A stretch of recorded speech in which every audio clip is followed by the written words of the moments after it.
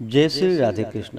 आप सभी का आपके अपने YouTube चैनल पे बहुत बहुत स्वागत है। आइए जानते हैं श्रावण शुक्ल पुत्रदा एकादशी व्रत के शुभ मुहूर्त के बारे में, पारण समय के बारे में, और फिर सुनेंगे पुत्रदा एकादशी व्रत की कथा।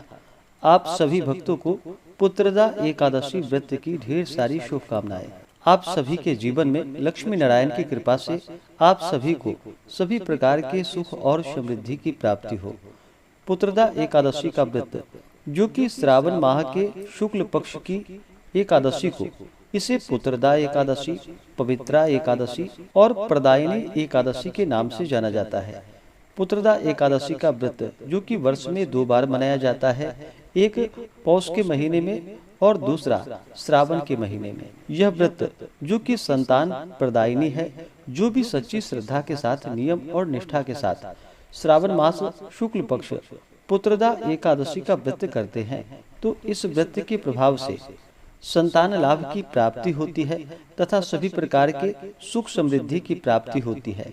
यह व्रत सभी प्रकार के पापों को नष्ट करने वाली है, और जब व्यक्ति के पापों का नाश होता है तभी उनके पुण्यों का उदय हो पाता है। उसके बाद सांसारिक सुखों की प्राप्ति हो पाती है। पुत्रदा एकादशी के व्रत में इस दिन भगवान का पूरे विधि विधान के साथ भगवान विष्णु, माता लक्ष्मी और इस व्रत में जो कि ब्रह्मा विष्णु महेश तीनों के पूजन का विधान बतलाया गया है। इन सभी के नाम से जल, पुष्प, धूप, दीप आदि से इनका पूजन करना चाहिए, नैवेद्य का भोग लगाना चाहिए। इससे अनंत फलों की प्राप्ति होती है।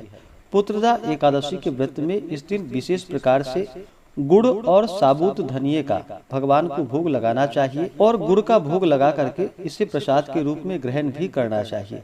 इससे अनंत फलों की प्राप्ति होती है। इस बार पुत्रदा एकादशी का व्रत, जो कि 27 अगस्त 2023 दिन रविवार को पुत्रदा एकादशी का व्रत किया जा रहा है। एकादशी तिथि प्रारंभ समय 26 अगस्त 2023 दिन शनिवार रात्रि 12:09 और एकादशी तिथि की समाप्ति होगी 27 अगस्त 2023 दिन रविवार रात्रि 9:34। तो हमें सूर्योदय व्यापनी के अनुसार और द्वादशी युक्त एकादशी व्रत के लिए जो समय प्राप्त हो रहा है, वह समय 27 अगस्त को प्राप्त हो रहा है। तो सभी इस दिन व्रत को धारण करेंगे, और 26 अगस्त को दिन शनिवार को सभी 10वें दिन के नियमों का पालन करेंगे।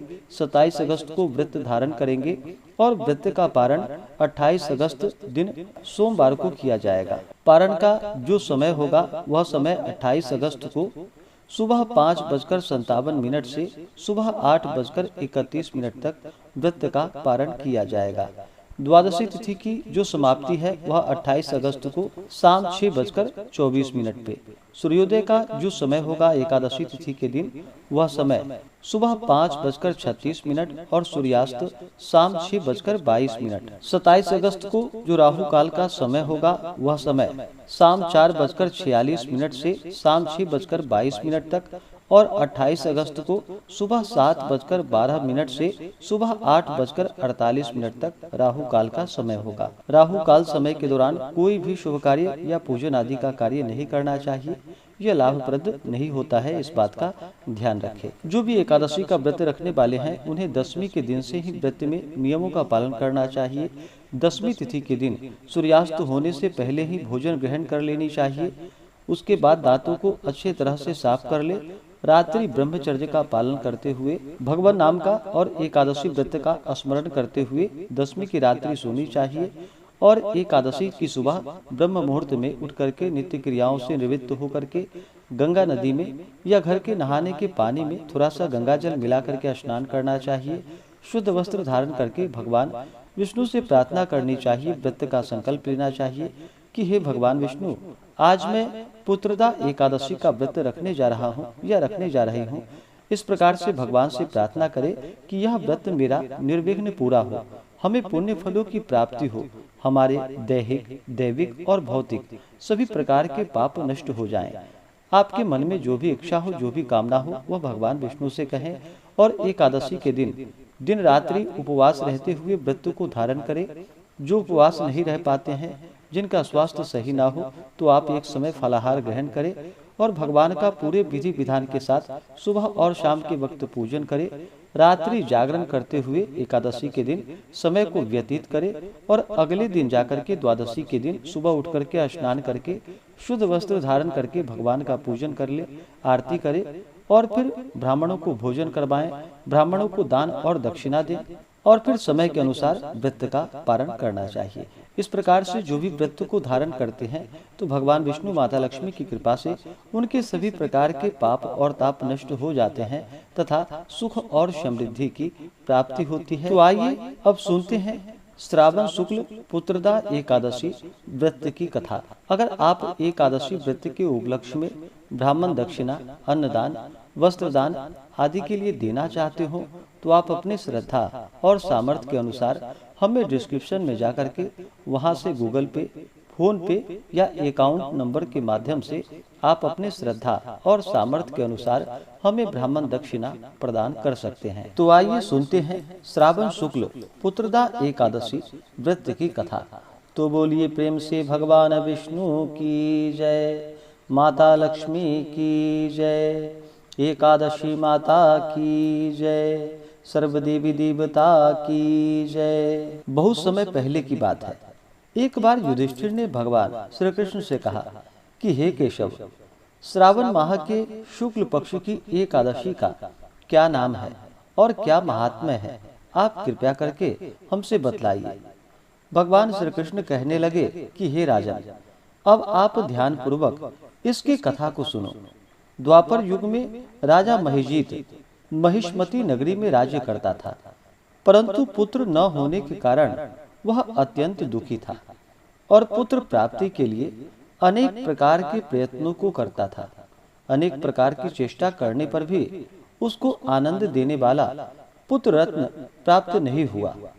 तो राजा ने अपनी वृद्धावस्था को देखकर एक दिन अपनी सभा में अत्यंत ही चिंतित होकर प्रजागणों को संबोधित करके कहा कि हे प्रजागणों, मैंने इस जन्म में जहाँ तक मुझे ध्यान आता है कि मैंने कभी कोई पाप कार्य नहीं किया है और न प्रजा से अत्याचार पूर्वक धन को लेकर अपने अर्थकोश में संचित किया है, न किसी की धरोहर का हरण किया है, बल्कि अपने प्रजा का पालन पुत्र के सदृश मैं कर रहा हूँ।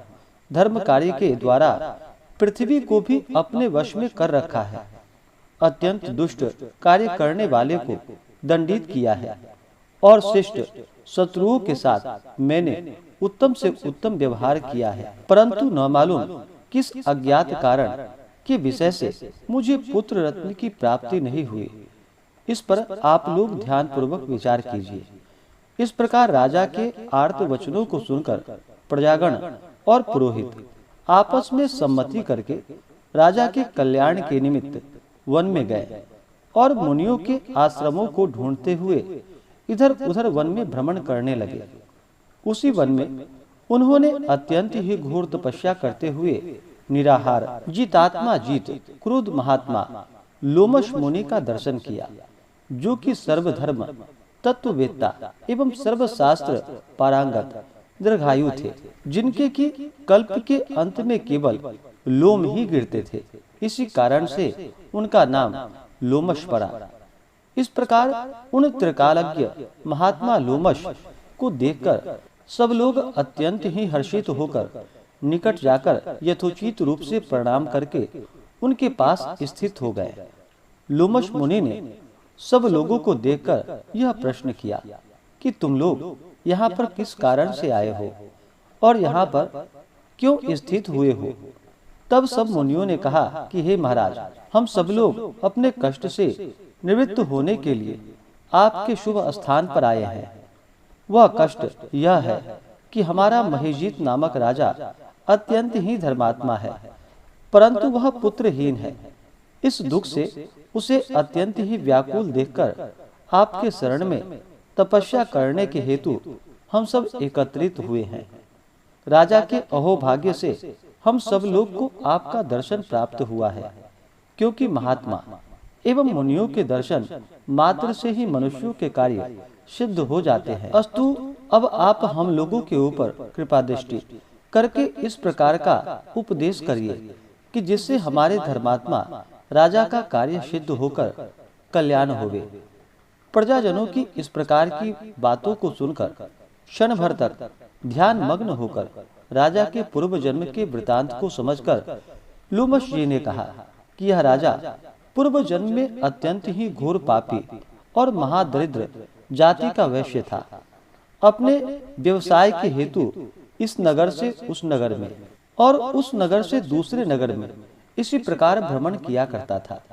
एक समय की बात है कि ज्येष्ठ माह के शुक्ल पक्ष की एकादशी को मध्याह्न के समय प्यास से अत्यंत व्याकुल होकर जल के लिए कोई उत्तम स्थान को ढूंढने लगा। संयोगवश उसको एक अत्यंत ही उत्तम और स्वच्छ जलाशय दिखाई पड़ा। उसको देखते ही राजा जल पीने की इच्छा से उसके समीप गया। उसी समय एक कुछ ही दिनों की ब्याई हुई गौ अपने साथ बछड़े को लिए हुए उसी जलाशय पर आकर जल पीने लगी। उस समय इस बनिए ने उस जल पीती हुई गौ को हटाकर स्वयं जल को पिया। इसी पाप के कारण वह निसंतान है, परंतु कुछ पूर्व जन्म के पुण्य प्रताप से उसको राज्य प्राप्त हो गया है। मुनि जी की बातों को सुनकर प्रजाजन और पुरोहित ने कहा कि हे महाराज, हम लोगों ने पुराणों के द्वारा इस प्रकार सुना है कि पुण्य कार्य करने से पाप नष्ट हो जाते हैं। सो आप कृपा करके इस प्रकार पुण्य का उपदेश करिए कि जिससे पाप नष्ट होकर राजा महिजीत को पुत्र उत्पन्न हो।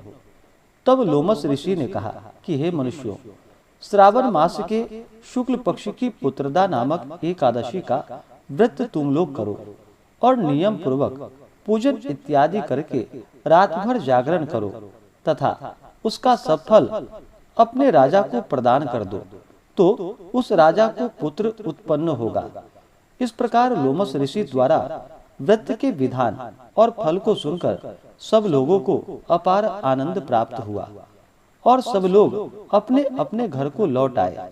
श्रावण मास जब आया तब सब लोगों ने लोमस ऋषि के आज्ञा अनुसार राजा सहित भक्ति और विधान पूर्वक एकादशी का व्रत किया और दूसरे दिन अपना अपना फल उन सब लोगों ने राजा को प्रदान कर दिया। उस फल के प्रभाव से राजा की रानी ने गर्भ धारण कर समय आने पर पुत्र रत्न को प्राप्त किया।